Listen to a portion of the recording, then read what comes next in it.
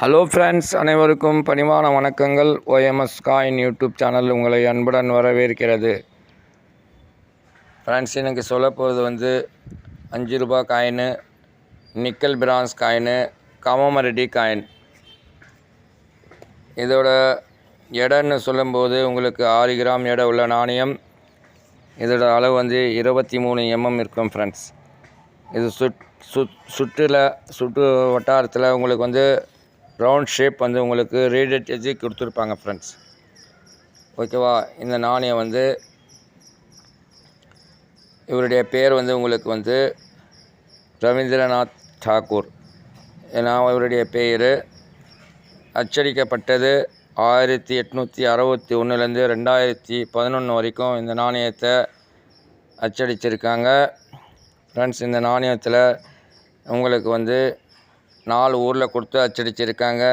ஒன்று மும்பை மின்ட்டு, ஒன்று கல்கட்டா மின்ட்டு, ஒன்று ஹைதராபாத் மின்ட்டு, ஒன்று நொய்டா மின்ட்டு. மும்பை மின்ட்டுன்னு சொன்னால் இயற்கை கீழே சின்ன புள்ளி கொடுத்துருப்பாங்க, வைர குறியீடு கொடுத்துருப்பாங்க. அது மும்பை நாணய சாலையில் அச்சடிக்கப்பட்ட நாணயம். அடுத்தது இயற்கை கீழே எதுவுமே இருக்காது, காலியாக இருக்கும், எம்டியாக இருக்கும். அது கல்கட்டா நாணய சாலையில் அச்சடிக்கப்பட்ட நாணயம். அடுத்தது சொல்லப்போனால் இயற்கை கீழே ஸ்டார் கொடுத்துருப்பாங்க. ஸ்டார் இருந்துச்சுன்னா ஹைதராபாத் நாணய சாலையில் அச்சடிக்கப்பட்ட நாணயம். அடுத்தது இயற்கை கீழே ஒரு டாட் புள்ளி பெருசாக பொட்டு மாதிரி இருக்கும், அந்த மாதிரி கொடுத்துருப்பாங்க ரவுண்ட் ஷேப்பில். அந்த நாணயம் நொய்டா நாணய சாலையில் அச்சடிக்கப்பட்ட நாணயம். இப்போ இதில் நீங்கள் எடுத்து வைக்க வேண்டியது 2 mint, Hyderabad mint, Noida mint. இந்த நாணயம் உங்கள் கையில் கிடைச்சா நீங்கள் எடுத்து வைக்கலாம். ஹைதராபாத் மின்ட்டு அதோட வேல்யூன்னு சொல்லும்போது எக்ஸாப்பில் ₹15 இருக்குது, ₹5 பதிலாக ₹15 இருக்குது. அடுத்தது UNC புத்தம் புதுசாக இருந்துச்சுன்னா அந்த நாணயம் ₹70 இருக்குது, ஸ்கேர் கேட்டகரியில் இருக்குது.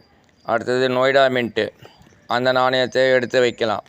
நொய்டா மின்ட்டு உங்களுக்கு எக்ஸாப்பில் ₹15 இருக்குது, UNC புத்தம் புதுசாக இருந்துச்சுன்னா ₹100 இருக்குது, ஸ்கேர் கேட்டகரியில் இருக்குது இந்த நாணயம். ஓகேவா? அடுத்தது இதே நாணயத்தில் உங்களுக்கு ரேர் கேட்டகரியில் உள்ள நாணயம், ஆயிரக்கணக்கில் போகக்கூடிய நாணயம் இந்த வீடியோவில் உங்களுக்கு கொடுத்துருக்கேன். இந்த வீடியோவை முழுமையாக பாருங்கள். வீடியோவை கட் பண்ணி பார்க்காதீங்க. தயவுசெய்து வீடியோ கட் பண்ணி பார்க்காதீங்க, முழுமையாக வீடியோ பாருங்கள். அப்போ தான் நான் சொல்லக்கூடியது விவரங்கள் உங்களுக்கு புரியும். ஃப்ரெண்ட்ஸ், ரவீந்திரநாத் தாக்கூர் அவருடைய நினைவாக அச்சடிக்கப்பட்ட நாணயம் இது. இதில் மேலே உங்களுக்கு அசோகா சிம்பலம் இருக்கும். அதுக்கு கீழே சத்தியமே ஜெயந்தி ஹிந்தியில் எழுதியிருக்கும். அதுக்கு கீழே ₹5 ₹5 சொல்லி டினாமிக் எழுத்தால் எழுதியிருக்கும். ஓகேவா? எழுத்தால் எழுதியிருக்கும் அந்த நாணயத்தில். அடுத்தது வலது பக்கத்தில் உங்களுக்கு இந்தியான்னு சொல்லி இங்கிலீஷில் எழுதியிருக்கும். அதே பக்கவாட்டத்தில் உங்களுக்கு ₹1 சொல்லி இங்கிலீஷில் எழுதியிருக்கும். இடது பக்கத்தில் உங்களுக்கு ஹிந்தியில் இந்தியாவுக்கு பதிலாக ஹிந்தியில் பாரத்னு சொல்லி ஹிந்தியில் எழுதியிருக்கும். அதே பக்கவாட்டத்தில் உங்களுக்கு இங்கிலீஷில் ₹ன்னு இருக்குது. அதே மாதிரி ஹிந்தியில் ருபீஸ்ன்னு எழுதியிருக்கும், ஹிந்தியில் எழுதியிருக்கும். ஓகேவா? அடுத்தது மறுபக்கத்தில் உங்களுக்கு ரவீந்திரநாத் தாக்கூர் அவருடைய ஃபோட்டோ பொறிக்கப்பட்டிருக்கும். அவருடைய ஃபோட்டோவுக்கு கீழே உங்களுக்கு வருஷம் உங்களுக்கு 1861 2011 வரைக்கும் அச்சடிக்கப்பட்டிருக்கும். ஓகேவா? ரவீந்திரநாத் அவருடைய பெயர் பொறிக்கப்பட்டிருக்கும். ஹிந்தியில் எழுதியிருக்கும், அது இங்கிலீஷில் எழுதியிருக்கும். இந்த ரவீந்திரநாத் தாக்கூர் இவர் நினைவாக அச்சடிக்கப்பட்ட நாணயத்தில் உங்களுக்கு இது மேலே அசோகா சிம்பலம் இருக்கும். கீழே உங்களுக்கு ₹5 எழுத்தால் எழுதியிருக்கும். அது உங்களுக்கு நார்மல் கேட்டகிரி உள்ள நாணயம் இது. இப்போ நான் சொல்கிறது அசோகா சிம்பலம் மட்டும் இருக்கும்.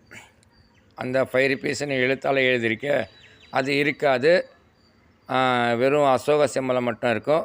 மறுபக்கத்தில் ரவீந்திரநாத் தாக்கூர் அவருடைய ஃபோட்டோ மட்டும் பொறிக்கப்பட்டிருக்கும். அந்த நாணயம் ரேர் கேட்டகரியில் உள்ள நாணயம். இந்த நாணயம் உங்கள் கையில் கிடைச்சா நீங்கள் பத்திரப்படுத்தி வைங்க.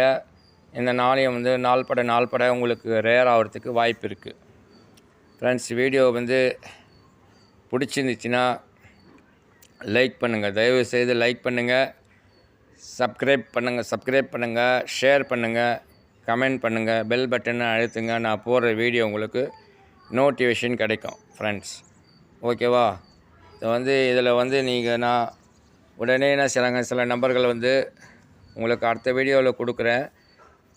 ஃபோட்டோ பிடிச்சி அனுப்ப சொன்னால் என்ன செய்கிறாங்கன்னா, அப்படியே பாயை விரிச்சிடுறாங்க, அப்படியே ஃபோட்டோ பிடிச்சி அப்படியே அனுப்பிடுறாங்க. நான் சொல்லக்கூடியது என்ன, இப்போ உங்களுக்கு ஸ்க்ரீனில் எப்படி தெளிவான முறையில் உங்களுக்கு எல்லா வீடியோவில் சொல்லியிருக்கேன். நீங்கள் ஃபோட்டோ அனுப்பும்போது எனக்கு முன்னாடி பின்னாடி ஃபோட்டோ பிடிச்சி அனுப்புங்க. உங்களுக்கு தான் நாணயத்தை பற்றி தெரியலன்னு சொன்னால் ஃபோட்டோவாவது ஒழுங்கான முறையில் ஃபோட்டோ கொடுத்தா தானே நம்ம பதில் சொல்ல முடியும். இது என்ன விலை போகும், அது என்ன விலை போகும், இது மட்டும்தான் கேட்குறீங்க.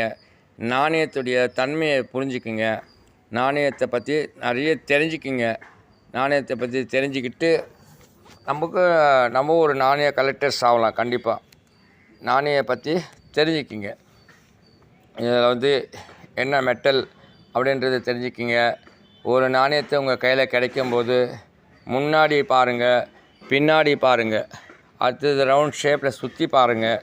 செக்யூரிட்டி எட்ஜ் இருக்கும் சில நாணயத்தில், அதுக்கு பதிலாக ரீடேட் இருக்கும்.